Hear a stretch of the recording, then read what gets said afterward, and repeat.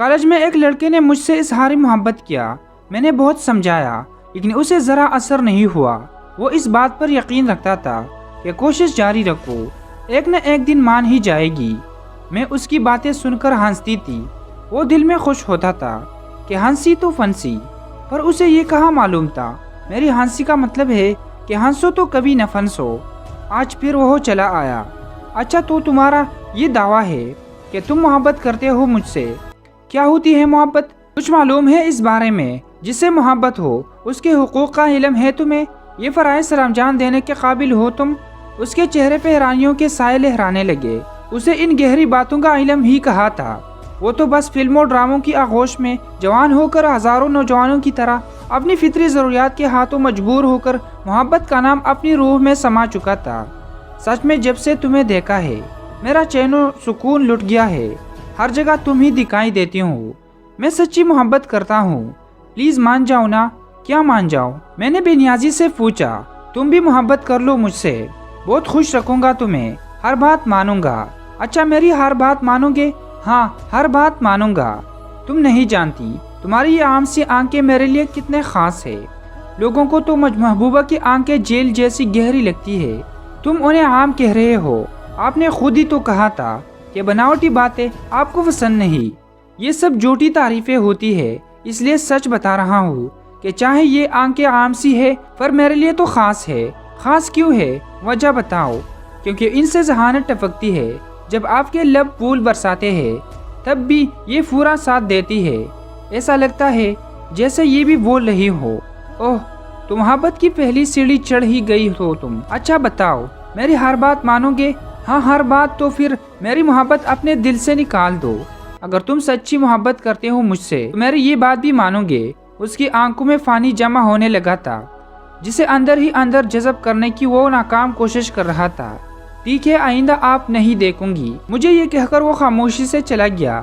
اس لیے وہ مجھے یقین دلانا چاہتا تھا کہ واقعی مجھ سے سچی محبت کرتا ہے. میرے لبوں پر مسکراہٹ پھیل گئی. میں نے دل میں سوچا کہ تم مجھے بیوقوف نہیں بنا سکتے. کافی دن گزر گئے. اس نے مجھ سے کوئی بات نہیں کی، کوئی کال نہ میسج. پھر ایک دن وہ خود ہی میرے پاس چلا آیا. میں نے تمہاری محبت اپنے دل سے نکال دی ہے.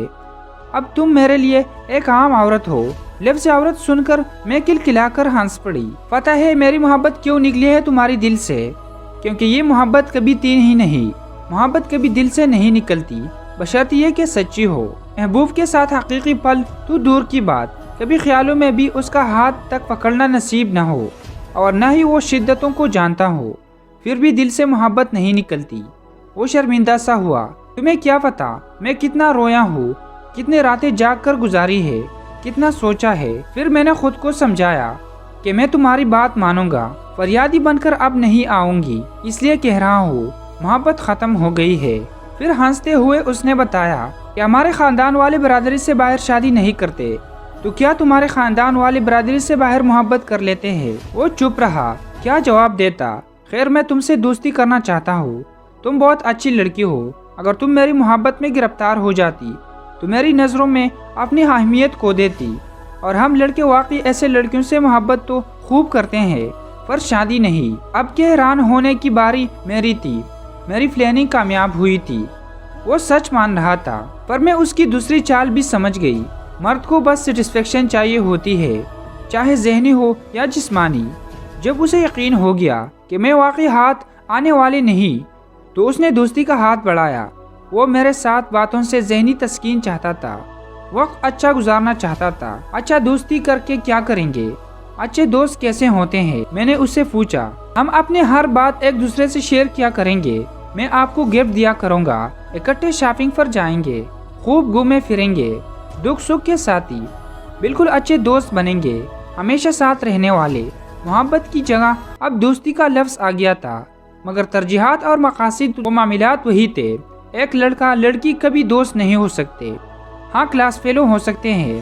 جب سٹڈی ختم ہوئی رابطہ ختم، لیکن دوستی تو وہ ہوتی جو مستقل رہے. محبت تم نہیں کرتی، دوستی پر تمہیں اعتراض ہے. اچھا موبولی بہن بن جاؤ. میں اتنی اچھی لڑکی کونا نہیں چاہتی. میں اتنی اچھی لڑکی کونا نہیں چاہتا. میں نے دل میں سوچا یہ اس کا آخری حربہ تھا. محبت اور دوستی میں دال نہ گلی